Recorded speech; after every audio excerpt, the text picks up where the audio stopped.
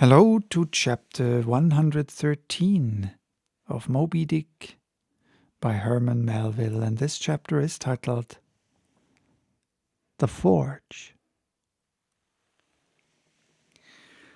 With matted beard and swathed in a bristling sharkskin apron, about midday, Perth was standing between his forge and anvil, the latter placed upon an ironwood log, with one hand holding a pike in the coals, and with the other at his forge's lungs, when Captain Ahab came along, carrying in his hand a small, rusty-looking leathern bag.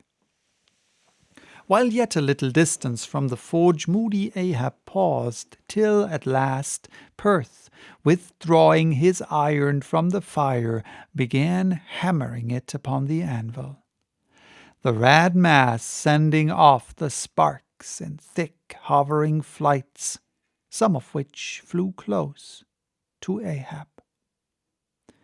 "Are these thy Mother Carey's chickens, Perth? They are always flying in thy wake. Birds of good omen, too, but not to all. Look here, they burn, but thou livest among them without a scorch."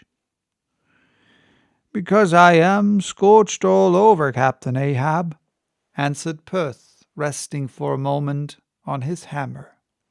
"I am past scorching. Not easily canst thou scorch a scar." Well, no more. Thy shrunk voice sounds too calmly, sanely woeful to me. In no paradise myself, I am impatient of all misery in others that is not mad. Thou shouldst go mad, blacksmith. Say, why dost thou not go mad? How canst thou endure without being mad? Do the heavens yet hate thee, that thou canst not go mad? What wert thou making there? "Welding an old pike-head, sir. There were seams and dents in it." "And canst thou make it all smooth again, blacksmith, after such hard usage as it had?" "I think so, sir." "And I suppose thou canst smooth almost any seams and dents, never mind how hard the metal, blacksmith?" "Aye, sir, I think I can. All seams and dents but one." "Look ye here, then!" cried Ahab, passionately advancing and leaning with both hands on Perth's shoulders. "Look ye here! Here can ye smooth out a seam like this, blacksmith?" sweeping one hand across his ribbed brow. "If thou couldst, blacksmith, glad enough would I lay my head upon your anvil and feel thy heaviest hammer between my eyes. Answer, canst thou smooth this seam?" "Oh, that is the one, sir. Said I not all seams and dents but one?" "Aye, blacksmith, it is the one. Aye, man, it is unsmoothable, for though thou only seest it here in my flesh, it has worked down into the bone of my skull. That is all wrinkles. But away with child's play, no more gaffs and pikes today. Look ye here," jingling the leathern bag as if it were full of gold coins. "I too want a harpoon made, one that 1,000 yoke of fiends could not part, Perth. Something that will stick in a whale like his own fin bone. There's the stuff," flinging the pouch upon the anvil. "Look ye, blacksmith, these are the gathered nail stubs of the steel shoes of racing horses."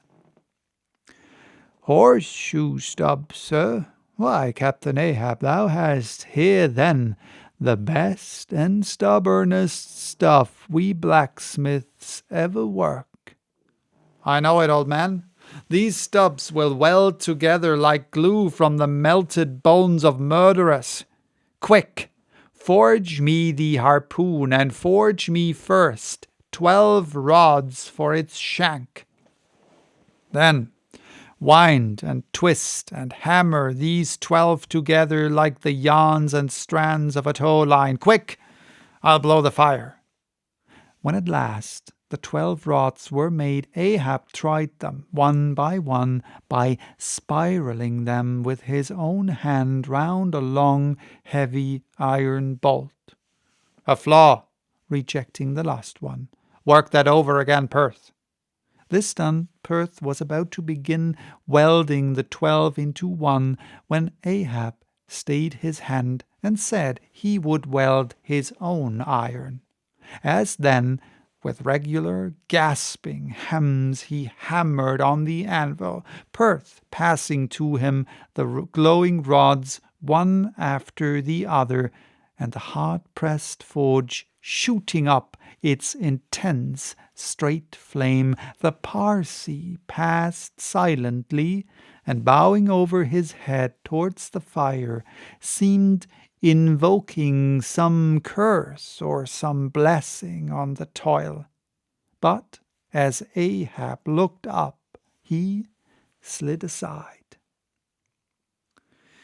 "What's that bunch of lucifers doing about there for?" muttered Stubb, looking on from the forecastle. "That Parsee smells fire like a fussy, and smells of it himself like a hot musket's powder pan." At last the shank, in one complete rod, received its final heat, and as Perth, to temper it, plunged it all hissing into the cask of water nearby, the scalding steam shot up into Ahab's bent face. "Wouldst thou brand me, Perth?" wincing for a moment with the pain. "Have I been but forging my own branding iron, then?" "Pray God, not that. Yet I fear something, Captain Ahab. Is not this harpoon for the white whale?" "For the white fiend. But now for the barbs. Thou must make them thyself, man. Here are my razors, the best of steel, here, and make the barbs sharp as the needle sleet of the icy sea." For a moment the old blacksmith eyed the razors as though he would fain not use them. "Take them, man. I have no need for them, for I now neither shave, sup, nor pray till— But here, to work!" Fashioned at last into an arrowy shape, and welded by Perth to the shank, the steel soon pointed the end of the iron, and as the blacksmith was about giving the barbs their final heat, prior to tempering them, he cried to Ahab to place the water cask near. "No, no water for that. I want it of the true death temper. Ahoy there, Tashtigo, Queequeg, Daggoo! What say ye, pagans? Will ye give me as much blood as will cover this barb?" Holding it high up, a cluster of dark nods replied yes. 3 punctures were made in the heathen flesh, and the white whale's barbs were then tempered. "Ego non baptizo te in nomine Patris sed in nomine Diaboli," deliriously howled Ahab as the malignant iron scorchingly devoured the baptismal blood. Now, mustering the spare poles from below, and selecting one of hickory with the bark still investing it, Ahab fitted the end of the socket of the iron. A coil of new tow-line was then unwound, and some fathoms of it taken to the windlass, and stretched to a great tension, pressing his foot upon it till the rope hummed like a harp-string, then eagerly bending over it, and seeing no strandings, Ahab exclaimed, "Good! And now for the seizings." At one extremity the rope was unstranded, and the separate spread yarns were all braided and woven round the socket of the harpoon. The pole was then driven hard up into the socket from the lower end of the rope, was traced halfway along the pole's length, and firmly secured so with intertwistings of twine. This done, pole, iron, and rope, like the 3 fates, remained inseparable, and Ahab moodily stalked away with the weapon, the sound of his ivory leg and the sound of the hickory pole both hollowly ringing along every plank. But ere he entered his cabin, a light, unnatural, half-bantering, yet most piteous sound was heard.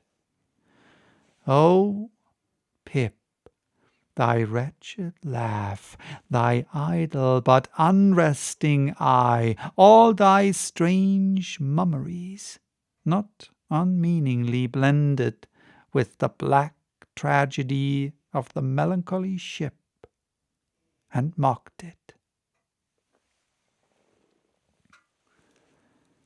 So that was chapter 113. Bye-bye. Till next time with chapter 114, titled The Gilder.